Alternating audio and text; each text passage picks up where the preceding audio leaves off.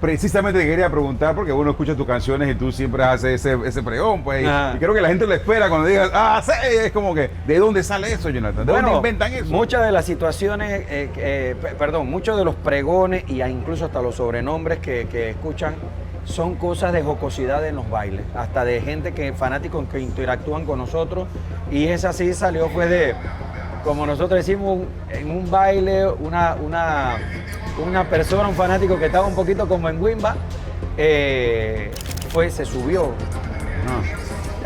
Me gusta la música suya, siga y por ahí nos quedamos con eso, Ok, pero ya está patentizado. Era como, él lo hizo con una intención como que siga adelante, pues siga así.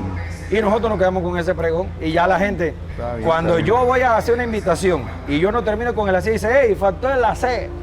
Bueno, está bien.